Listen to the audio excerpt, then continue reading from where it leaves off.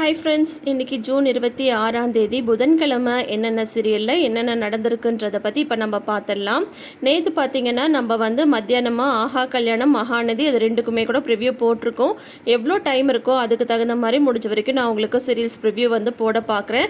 இப்போ வாங்க ஃபஸ்ட்டு பாகியலட்சுமியில் என்ன நடந்ததுன்னு சொல்லிட்டு பார்த்துடலாம்.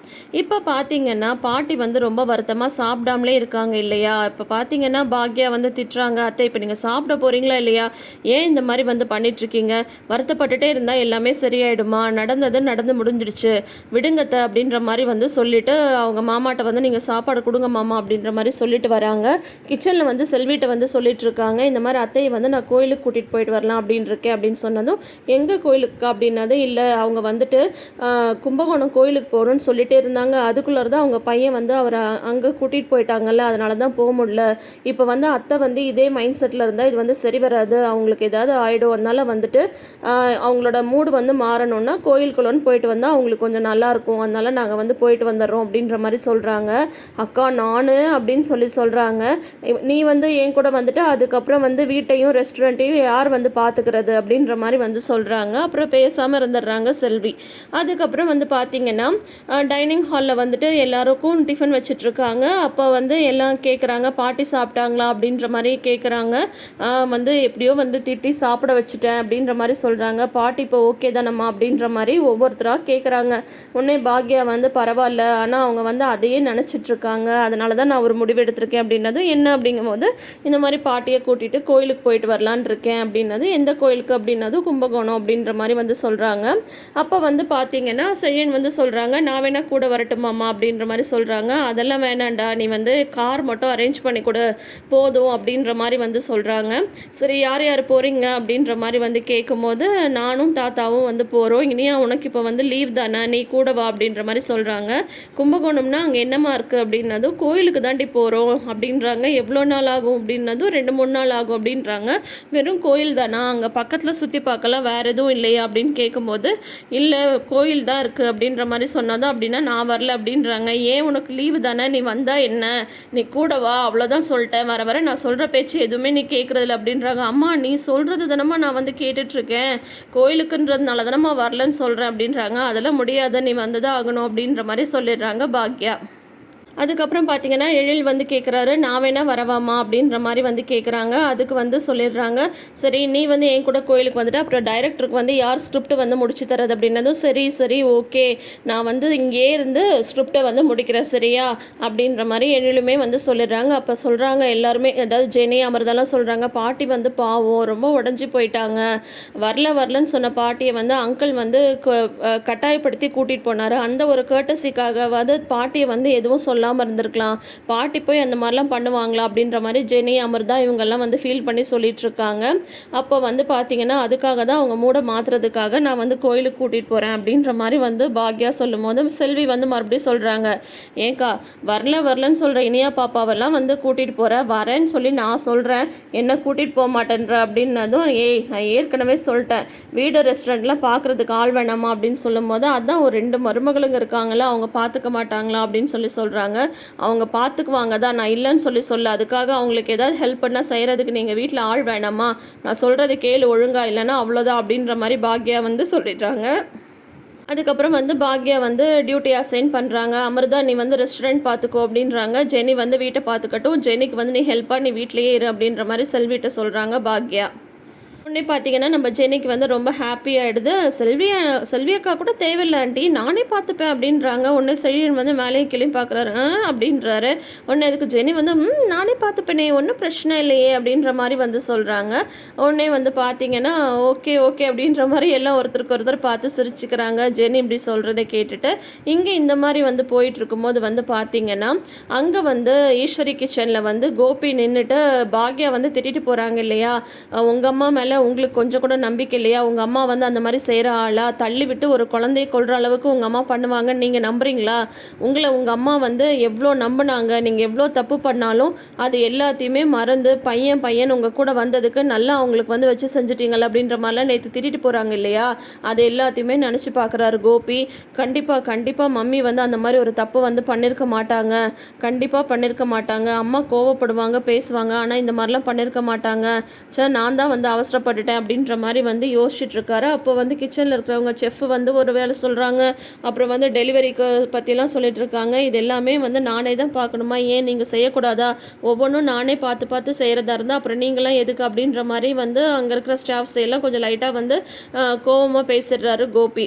இப்போ வந்து பார்த்தீங்கன்னா வழக்கம் போல் கோபி வந்து பார்த்தீங்கன்னா இந்த மாதிரி ஒரு ஸ்ட்ரெஸ் ஆனால் எங்கே போவார், தண்ணி அடிக்க தான் போவார். இப்போ பார்த்தீங்கன்னா அவங்க ஃப்ரெண்டு செந்திலை வந்து வர சொல்லியிருக்காங்க. செந்தில் வந்து வர்றதுக்கு முன்னாடியே கோபி வந்து பார்த்தீங்கன்னா ஃபுல்லாக தண்ணி அடிச்சிடுறாரு. டேய் என்னடா இது, கொஞ்ச நாள் இதெல்லாம் வந்து எடுத்துக்காமல் இருந்தேன், இப்போ என்னன்னா இந்த மாதிரி வந்து பண்ணிகிட்ருக்க, ஏகப்பட்டது குடிச்சிருப்ப போலையே அப்படின்ற மாதிரி செந்தில் வந்து சொல்கிறாரு. வேறு என்னடா பண்ண சொல்கிற, என் வாழ்க்கையில் அவ்வளோ பிரச்சனை வந்து போயிட்டுருக்கு அப்படின்னதும் சரி இப்படியே வீட்டுக்கு போனால் வந்து எதுவும் பிரச்சனை வராதா, இப்போ என்ன தான் அந்த மாதிரி நடந்து போச்சு, ஏன் இந்த மாதிரிலாம் பண்ணிகிட்ருக்கு அப்படின்னு சொல்லிட்டு வந்து செந்தில் வந்து திட்டுறாரு ஒரு ஃப்ரெண்டாக. உடனே வந்து கோபி வந்து சொல்கிறாங்க, சரி வீடுன்னு நீ சொன்னல, வீட்டுக்கு எதுக்கு போகிறது, வேலைக்கு போயிட்டு அலைஞ்சு திரிஞ்சு வீட்டுக்கு போகிற மனுஷன் வந்து நிம்மதியாக இருக்க வேண்டாமா, ஆனால் வீட்டுக்கு போனால் சுத்தமே நிம்மதி இல்லைங்கும் போது எப்படி நம்ம வந்து சந்தோஷமாக வீட்டுக்கு போக முடியும், எதுக்கு எடுத்தாலும் வந்து பிரச்சனை, இப்போ 2 வருஷமாக நான் படாத பாடுபட்டுட்ருக்கேன் அப்படின்ற மாதிரி வந்து சொல்கிறாங்க. இந்த ராதிகாக்காக தான் நான் வந்து எங்கள் அப்பா அம்மா என் பசங்க எல்லாரையும் நான் வந்து விட்டுட்டு வந்தேன்.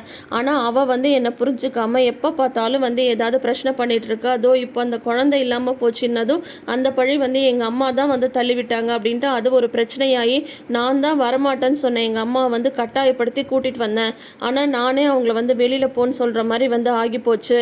இப்போ நான் என்ன பண்ணுறதுன்னே தெரியல, ஒரு நிம்மதியே இல்லாமல் போயிடுச்சு அப்படி இப்படின்னு புலம்புறாரு. உடனே வந்து செந்தில் வந்து சொல்கிறாங்க, நான் சொல்கிறேன்னு சொல்லிட்டு தப்பாக நினைக்காத, இதுக்கு தான் நான் சொன்னேன், அப்பயே நீ வந்து கல்யாணம் பண்ண வேணான்னு சொன்ன, நான் சொன்னதை கேட்டியா அப்படின்னு உடனே கோபி சொல்கிறாரு. உடனே இதை சொல்லிட்டு நீ வந்து வந்துடாத, நான் வந்து என்ன நினச்சேன், எனக்கு பிடிக்காத வாழ்க்கையிலேருந்து வெளியில் வந்து பிடிச்ச மாதிரி ஒரு வாழ்க்கையை வந்து அமைச்சிக்கிட்டேன், அதுக்காக அந்த வாழ்க்கை ஃபுல்லாகவே பிரச்சனையாகவே போயிட்டுருக்கணும் அப்படின்ற மாதிரி இருக்கா என்ன, உடனே நீ வந்து ஃப்ரீ அட்வைஸ் கொடுக்க ஆரம்பிச்சிடாத அப்படின்ற மாதிரி அதுக்கும் சொல்கிறாரு. அவர் வேணான்னு சொல்ல மறுபடியும் வந்து தண்ணி அடிக்கிறாரு. பழையபடி எப்படி புலம்புவாரோ அதே மாதிரி புலம்பி தள்ளுறாரு கோபி. என் லைஃபே இந்த மாதிரி ஆகி போச்சு, எங்கள் அம்மாவுக்கு அப்புறம் என் மேலே உயிராக இருந்தது என் பொண்ணு இனியா தான், இப்போ அவளுக்குமே என்னை வந்து பிடிக்காமல் போயிடுச்சு அப்படின்ற மாதிரிலாம் வந்து சொல்லிட்டு இருக்காங்க. வீட்டில் டைனிங் ஹாலில் உட்காந்து பேசும்போது இனியாவுமே அதான் சொல்கிறாங்க, முதல்ல டேடி வந்து கரெக்டாக தான் இருந்தார், இப்போ தான் ஏன் இப்படி மாறிட்டாருன்னே தெரியல, எனக்கு சுத்தமாக வந்து பிடிக்கவே இல்லை அப்படின்ற மாதிரியெல்லாம் தான் இனியாவுமே பேசிகிட்டு இருக்காங்க. இப்போ இவர் வந்து பார்த்தீங்கன்னா என் பொண்ணு கூட என்னை பிடிக்காமல் போயிடுச்சு அப்படின்ற மாதிரி தான் வந்து கோபி வந்து சொல்லிட்டு இருக்காரு. மொத்தமாக என் ஃபேமிலிக்கே இப்போ நான் வந்து எதிராக ஆகிட்டேன், நான் குடும்பமாக எல்லாம் சந்தோஷமாக இருக்கணும் அப்படின்னு நினச்சேன், ஆனால் இப்படி வந்து என் வாழ்க்கை மாறும்னு நான் நினைக்கவே இல்லை அப்படின்ற மாதிரிலாம் புலம்பி தள்ளிட்டு அதுக்கப்புறம் பார்த்தீங்கன்னா வீட்டுக்கு கிளம்பி போகிறாரு.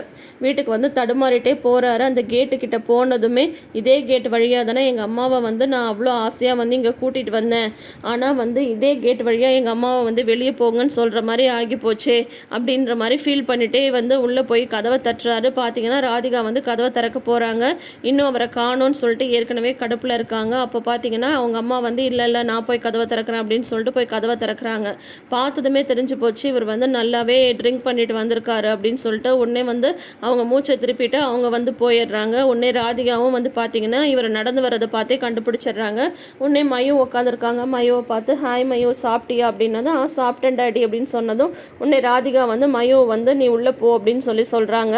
அப்புறம் வந்து பார்த்தீங்கன்னா ராதிகாவும் கமலாவும் மாற்றி மாற்றி கோபியை போட்டு முறைக்கிறாங்க. அதோட இன்னைக்கு எபிசோடை வந்து முடிச்சிருக்காங்க. ஸோ நாளைக்கு கண்டிப்பாக வந்து பார்த்திங்கன்னா ராதிகா வந்து கோபி கூட சண்டை போட போகிறாங்க. இது இல்லாமல் சோஷியல் மீடியாவில் வந்து கோபி வந்து போலீஸ் ஸ்டேஷன் வாசலில் நிற்கிற மாதிரியும் கோர்ட்டில் வந்து நிற்கிற மாதிரியும்லாம் வந்து போஸ்ட் வந்து போட்டிருக்காரு. ஸோ ஏதோ ஒரு பிரச்சனை வந்து நடக்க போகுது. இப்போ பாக்யா தாத்தா பாட்டியுமே இப்போ ஊரில் இல்லை, அவங்க ஊரில் இல்லாத சமயத்தில் இவர் ஏதோ ஒரு வம்பில் வந்து மாட்ட போகிறாரு. என்ன நடக்க போகுதுன்றதை வர்ற எபிசோட்ஸை பார்த்து தெரிஞ்சுக்கலாம். இன்னைக்கு பாகியலட்சுமியில் இதான் ஃப்ரெண்ட்ஸ் நடந்திருக்கு. இனி அடுத்தடுத்து வர எபிசோட்ஸில் ஆனால் கோபி வந்து சொல்லியிருக்காரு நிறைய ட்விஸ்ட் வந்து இருக்க போகுது இனி ஸ்டோரியில் அப்படின்ற சொல்லியிருக்காரு. நல்லா கொஞ்சம் இன்ட்ரெஸ்டிங்காக கொண்டு போனால் நம்மளுக்குமே பார்க்க நல்லா தான் இருக்கும். பார்க்கலாம் என்ன தான் நடக்குதுன்னு சொல்லிட்டு.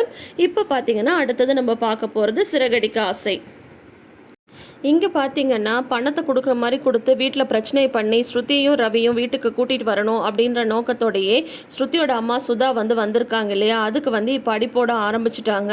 இந்த மாதிரி வந்து இந்த வீடு கட்டுறதுக்கே என்னோட வீட்டுக்காரர் தானே லோனுக்கு வந்து அரேஞ்ச் பண்ணி கொடுத்தாங்க அப்படின்ற மாதிரி சொல்லும்போது உடனே வந்து பார்த்தீங்கன்னா விஜயா வந்து சொல்கிறாங்க ஆமாம் சம்பந்தி அப்போ அவர் வந்து வேலையில் இருந்தார் அப்படின்ற மாதிரி சொல்கிறாங்க. உடனே வந்து மீனா வந்து சொல்கிறாங்க லோன் அரேஞ்ச் பண்ணி கொடுத்தது வேணா வந்து நீங்களாக இருக்கலாம் ஏன்னு சொல்லிட்டு பார்த்தீங்கன்னா அப்போ வந்து வந்து மாமா வந்து வேலையில் இருந்தாங்க. அப்போ லோன் அரேஞ்ச் பண்ணுற டியூட்டியில் வந்து அவர் இருந்தாங்க.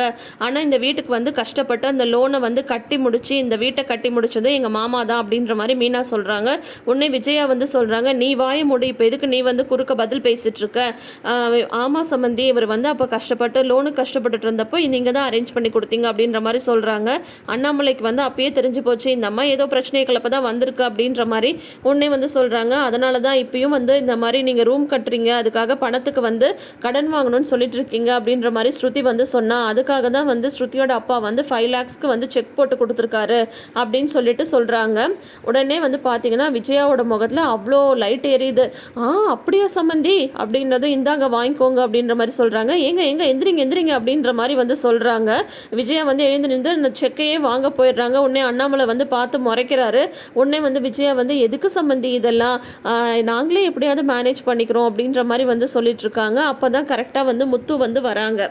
முத்து வந்து வரும்போது வந்து பார்த்தீங்கன்னா, ஆமா என்ன இது இன்னைக்கு வீட்டில் வந்து கூட்டம் அதிகமாக இருக்கே, கையில் வேற ஏதோ பில் வச்சிட்ருக்காங்க, என்னாச்சு அப்படின்னு சொல்லும்போது, இந்த மாதிரி வந்து இந்த ரூம் கட்டுறதுக்காக 5 லட்ச ரூபா பணம் கொடுக்கறதுக்காக அவங்க வந்து வந்திருக்காங்க, அது வந்து செக்கு அப்படின்னு சொல்லிட்டு மனோஜ் வந்து சொல்கிறாங்க. ரோகிணிட்ட வந்து சொல்கிறாங்க, அதான் இவங்க இப்போ பணம் கொடுக்குறாங்களே, அப்போ வீட்டு செலவுக்கு நம்மகிட்ட பணம் கேட்க மாட்டார்ல அப்பா அப்படின்ற மாதிரி அவர் வந்து ரோகிணிட்ட வந்து சொல்லிட்டுருக்காங்க. பணம் எதுக்கு அப்படின்னது, அதான் சொன்னேடா ரூம் கட்டுறதுக்காக கொடுக்குறதுக்கு வந்திருக்காங்க அப்படின்னு சொல்கிறாங்க. நாங்கள் ஒன்றும் உங்ககிட்ட ரூம் கட்டுறதுக்கு பணம் வேணும் அப்படின்ற மாதிரிலாம் எதுவும் கேட்கவே இல்லையே அப்படின்னு சொல்கிறாங்க. நான் வந்து நல்லது நினச்சி தான் எடுத்துகிட்டு வந்தேன், நம்மலாம் ஒரே குடும்பம் தானே, ஸ்ருதி வந்து இந்த மாதிரி வந்து ரூம் கட்ட போகிறோம் அப்படின்ற மாதிரி சொல்லிட்டு இருந்தேன், அதனால தான் செக் போட்டு எடுத்துகிட்டு வந்தேன் அப்படின்ற மாதிரி வந்து ஸ்ருதியோட அம்மா வந்து சொல்கிறாங்க. உடனே வந்து ஏண்டா ரவி, நீ எதுவும் பொண்டாட்டிட்ட சொல்லி பணம் வந்து வாங்க சொன்னியா அப்படின்ற மாதிரி வந்து கேட்குறாங்க. இல்லை நான் எதுக்கு அந்த மாதிரி வந்து கேட்க போகிறேன், நான்லாம் அந்த மாதிரி எதுவும் கேட்கல அப்படின்ற மாதிரி வந்து சொல்கிறாங்க. உடனே வந்து இப்போ உனக்கு என்னடா பிரச்சனை, அவங்க பணம் கொடுக்குறதுல அவங்க பெரிய மனசு பண்ணி பணம் கொடுக்குறதுக்காக வந்திருக்காங்க அப்படின்னு சொல்கிறாங்க. ஆமாம் சம்மந்தி, நான் வந்து நல்லது நினச்சி இதெல்லாம் நம்மலாம் ஒரே குடும்பம்னு சொல்லிட்டு தான் வந்து செக் கொடுக்கலான்னு வந்தேன் அப்படின்னு சொல்கிறாங்க. உடனே வந்து முத்து வந்து சொல்கிறாரு, அதெல்லாம் எதுவுமே தேவையில்ல, நாங்களே பார்த்துக்குறோம், நாங்கள் என்ன உங்ககிட்ட வந்து நல்லது செய்யுங்கன்னு வந்து கேட்டோமா, நீங்கள் அந்த மாதிரி நல்லது செய்யணுன்னா எவ்வளவோ பேர் ஏழைப்பாளையங்கள்லாம் வந்து இருக்காங்க, அவங்களுக்கு போய் செய்யுங்க, ஏன் எப்போ பார்த்தாலும் ஏதாவது ஒன்றை தூக்கிட்டு இங்கே வந்து வந்துடுறீங்க, என்ன வீட்டில் ஏதாவது பொருள்கள் உடஞ்சிருக்கா அதுக்காகவா நீங்கள் வந்து செக் கொடுக்க வந்திருக்கீங்க, அன்றைக்கி என்னென்னா ஏசியை வாங்கிட்டு வந்தீங்க, இன்றைக்கி என்னென்னா வந்து 5 லட்ச ரூபாய் செக் எடுத்துகிட்டு வந்திருக்கீங்க, இல்லை எங்களெல்லாம் பார்த்தா உங்களுக்கு எப்படி இருக்குது, இல்லை எங்கள் அப்பாவை பார்த்தா தான் உங்களுக்கு எப்படி இருக்குது அப்படின்ற மாதிரி முத்து வந்து சொல்கிறாங்க. உன்னை விஜயா வந்து திட்டுறாங்க, இப்போ நீ எதுக்குடா இதெல்லாம் வந்து சொல்லிட்டு இருக்க அப்படின்னு சொன்னதும் உடனே அண்ணாமலை வந்து சொல்கிறாங்க, முத்து சொல்லனாலும் நானும் அதே தான் சொல்லியிருப்பேன், எங்களுக்கு இந்த பணம் வேணாங்க, நானே பார்த்து எங்கேயாவது அரேஞ்ச் பண்ணிக்கிறேன் அப்படின்ற மாதிரி அண்ணாமலை வந்து சொல்கிறாங்க. என்ன சம்பந்தி நீங்களும் இந்த மாதிரி வந்து சொல்கிறீங்க, உங்களுக்கு ஒரு உதவியாக இருக்கட்டும்னு சொல்லிட்டு தானே நான் எடுத்துகிட்டு வந்தேன் அப்படின்னதும் உடனே முத்து சொல்கிறாரு, உங்களோட உதவியெல்லாம் எங்களுக்கு எதுவுமே வந்து தேவையில்ல அப்படின்ற மாதிரி வந்து சொல்கிறாங்க. உடனே வந்து விஜயா வந்து சொல்கிறாங்க, ஏங்க வேணான்னு சொல்கிறீங்க, இப்போ எங்கள் அப்பா இந்த வீட்டை கொடுக்கும்போதெல்லாம் நீங்கள் வந்து வாங்கிட்டீங்கல்ல அப்படின்ற மாதிரி விஜயா சொல்கிறாங்க. உடனே முத்து வந்து சொல்கிறாங்க, அப்பா அந்த ஒரு விஷயத்தை வந்து செஞ்சுட்டு இது வரைக்கும் நீங்கள் அதை வந்து சொல்லி காட்டிகிட்டு இருக்கீங்க, எங்கள் அப்பா இந்த வீட்டில் நிம்மதியே இல்லாமல் இருந்துகிட்ருக்காரு, அவங்க உங்கள் தாத்தா வந்து கொடுத்தது கீழ் வீடு மட்டும்தான், இந்த மேல் வீட்டுக்கு வந்து கஷ்டப்பட்டு லோன் போட்டு வீட்டை கட்டி இந்த வீட்டை உருவாக்குனது வந்து எங்கள் அப்பா தான், முதல்ல அதை மறந்துட்டு வந்து பேசாதீங்க அப்படின்னு சொல்கிறாங்க. உடனே வந்து மீனாவும் சொல்கிறாங்க, அத்தை உங்கள் அப்பா வந்து உங்களுக்கு இந்த வீடு கொடுத்தாங்கன்னா உங்களுக்கு வந்து தனிப்பட்ட முறையில் வந்து கொடுத்தாங்க, எல்லாரும் இருக்கிற இடத்துல வந்து அவங்க ஒன்றும் கொடுக்கலையே அப்படின்னதும், இதெல்லாம் சொல்கிறதுக்கு நீ யாரடி அப்படின்னதும் முத்து சொல்கிறாங்க, கரெக்டான பாயிண்ட்டை சொன்ன மீனா, நீ சொல்கிறது தான் கரெக்டு, தனிப்பட்ட முறையில் அவங்க பொண்ணுக்கும் அவங்க மாப்பிள்ளைக்கும் அவங்க என்ன வேணால் செஞ்சுக்கிட்டோம், நான் எதுவுமே வந்து கேட்க போகிறது வந்து கிடையாது, இதே செக்கை வச்சு தாராளமாக அவங்க வந்து ஒரு இடம் வாங்கி தரட்டும், வீடு கட்டி கொடுக்கட்டும், யார் வேணான்னு சொல்ல போகிறாங்க அப்படின்ற மாதிரி வந்து முத்து சொன்னதும் உடனே விஜயா வந்து ஆரம்பிச்சிடுறாங்க. அப்படின்னா வந்து ரவியும் ஸ்ருதியும் வந்து வீட்டை விட்டு போக சொல்லி நீ வந்து சொல்கிறியா அப்படின்னு சொல்கிறாங்க. நான் எப்போ அப்படி சொன்னேன் அப்படி நான் சொல்லவே இல்லையே அப்படின்னு சொல்கிறாங்க. பின்ன நீ சொன்னதுக்கு என்னடா அர்த்தம், இப்போ வந்து இந்த பணத்தை வச்சு அவங்களுக்கு இடம் வாங்கி கொடுத்து வீடு கட்டி கொடுங்கன்னு சொன்னால் அவங்க 2 பேரையும் வீட்டை விட்டு வெளியே போக சொல்கிறது தானே அர்த்தம் அப்படின்னதும், நான் ஒன்றும் அந்த மாதிரி சொல்லலை, நீங்களாக வந்து பேசாதீங்க அப்படின்னதும் மீனவுமே சொல்கிறாங்க, அத்தை ஒன்றும் அவர் அந்த மாதிரி அர்த்தத்தில் வந்து சொல்லலை, அவங்க பொண்ணுக்குன்னு தனிப்பட்ட முறையில் எது வேணால் அவங்க செய்யட்டும் அப்படின்ற மாதிரி தான் சொன்னார் அப்படின்ற மாதிரி மீனா சொல்லவும், உடனே வந்துட்டு அம்மா சொல்கிறதுல என்ன தப்பு இருக்குது, அம்மா வந்து கரெக்டாக தான் சொல்லியிருக்காங்க, எங்கள் எல்லாரையும் இந்த வீட்டை விட்டு அனுப்பிட்டு நீயும் இந்த பொண்டாட்டியை மட்டும் இந்த வீட்டை வந்து ஆளலான்னு சொல்லிட்டு நீங்கள் நினச்சிட்டு இருக்கீங்களா அப்படின்ற மாதிரி மனோஜ் வந்து சொல்கிறாரு. உடனே அண்ணாமலை வந்து சொல்கிறாங்க, அவன் என்ன சொல்கிறான்னே புரியாமல் நீ வந்து பேசிகிட்டு இருக்க மனோஜ் அப்படின்னு சொன்னதும், நான் வந்து கரெக்டாக தான் இப்போ பேசுகிறேன், அம்மாவும் கரெக்டாக தான் சொல்கிறாங்க அப்படின்னதும் உடனே ரோகிணியும் வந்து சொல்கிறாங்க, ஆமாம் எங்களுக்கும் ரொம்ப நாளாக அந்த சந்தேகம் வந்து இருந்துகிட்ருக்கு அங்கிள். ஏன்னா இந்த வீட்டில் வந்து எல்லா முடிவையும் இவர் தான் வந்து எடுக்கிறாரு. அப்படி இருக்கும்போது எங்கள் எல்லாரையும் இந்த வீட்டை விட்டு அனுப்பிட்டு இவரும் இவரோட ஒய்ஃபும் மட்டும் இங்கே இருக்கணுன்ற மாதிரி வந்து நினைக்கிறாங்க அப்படின்னதும் உடனே முத்துக்கு வந்து அப்படியே முகமே வாடி போயிடுது. என்னடா நம்ம ஒன்று சொல்ல போய் இங்கே வேறு மாதிரி நடக்குது அப்படின்னதும் அவர் அந்த மாதிரிலாம் யோசிக்கிறவரே கிடையாது. எப்போவுமே குடும்பமாக எல்லாரும் ஒன்றா இருக்கணும்னு மட்டும்தான் அவர் வந்து யோசிப்பார். நீங்கள் ஏன் வந்து அவர் சொன்னதை வச்சு வேறு வேறு அர்த்தத்தில் வந்து திணிச்சிட்ருக்கீங்க, எப்போவுமே தனியாக போகணும் அப்படின்ற மாதிரிலாம் அவர் நினச்சதே கிடையாது அப்படின்ற மாதிரி மீனா வந்து சொல்கிறாங்க. உடனே மனோஜ் வந்து சொல்கிறாரு, எல்லாம் அதான் உன் மனசில் இருக்கிற எண்ணம் தான் இப்போ வந்து வெளியில் வந்துருச்சு அப்படின்ற மாதிரி விஜயாவும் மனோஜும் சொல்ல ஆரம்பிச்சிடுறாங்க. அவர் மனசில் என்ன இருக்குன்னு உங்களுக்கு தெரியுமா அத்தை அப்படின்னு சொல்லி கேட்குறாங்க மீனா.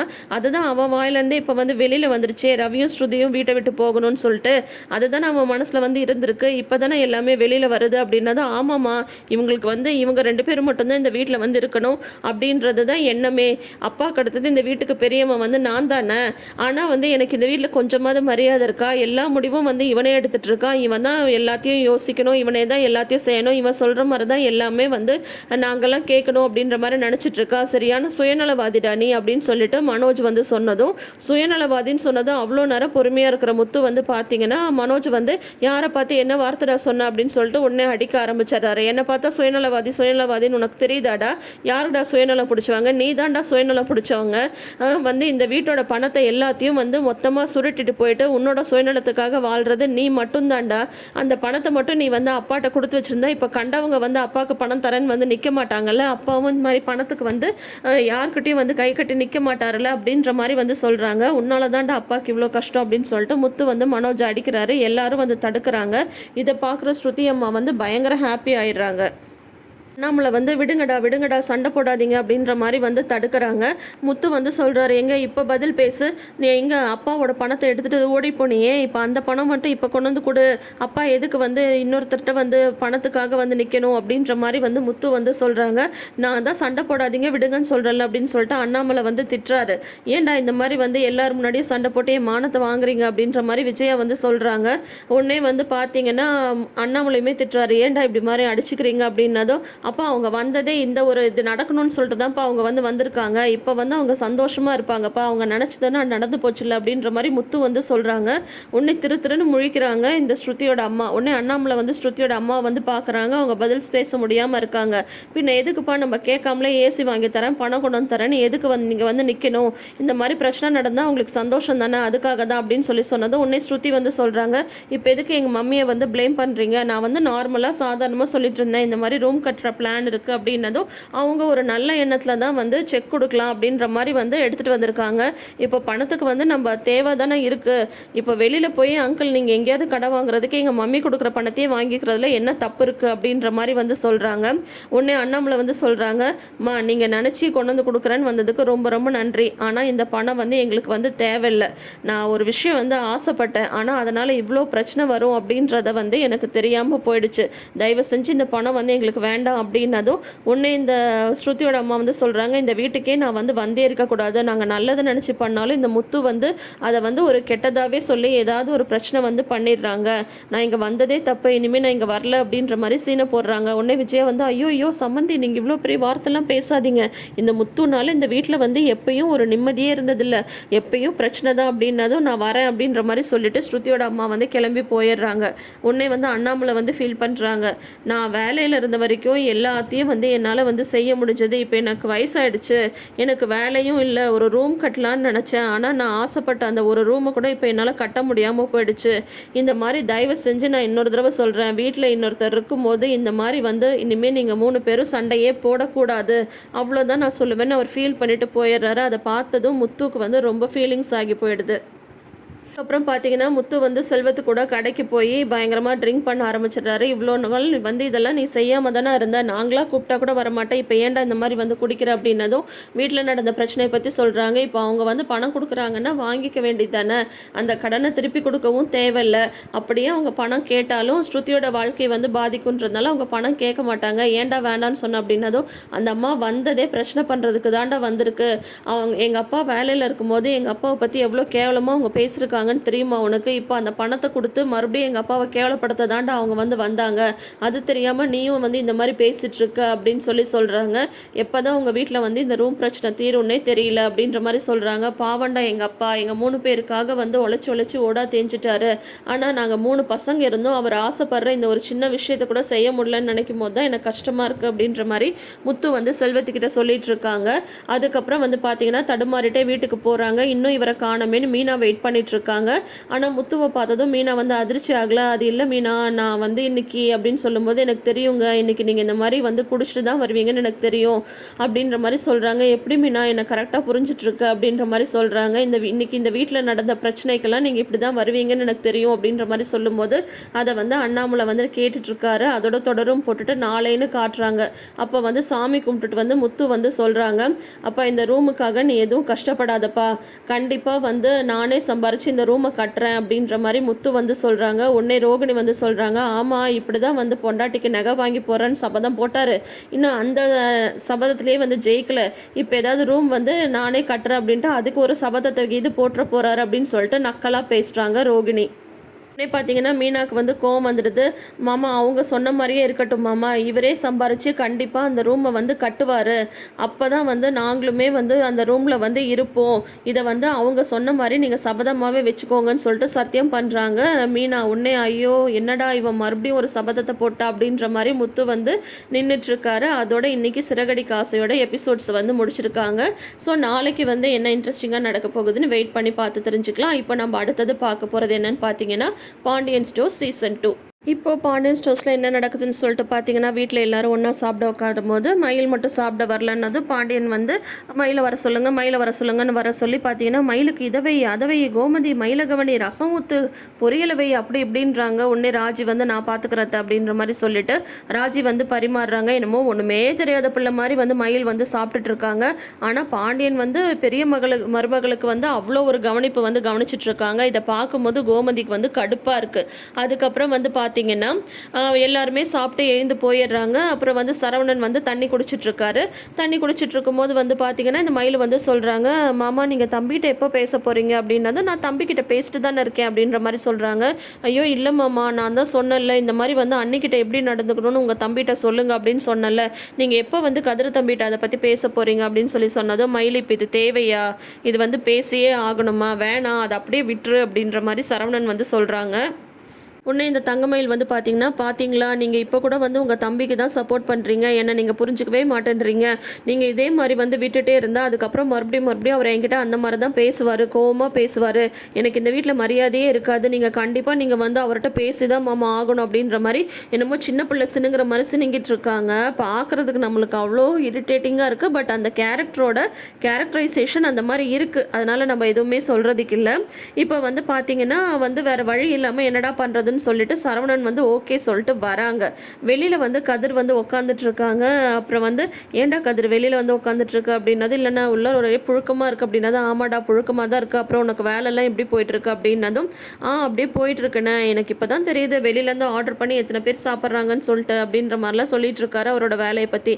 அப்புறம் வந்து நீ ஏண்டா ஓவர் டைம்லாம் பார்க்குற அப்படின்னதும், அப்புறம் அப்பாட்ட வந்து பணம் சேர்த்தி தரேன்னு சொல்லியிருக்கலன்னா அப்போ ஓவர் டைம்லாம் பார்க்கணும்ல அப்படின்ற மாதிரி சொல்கிறாரு.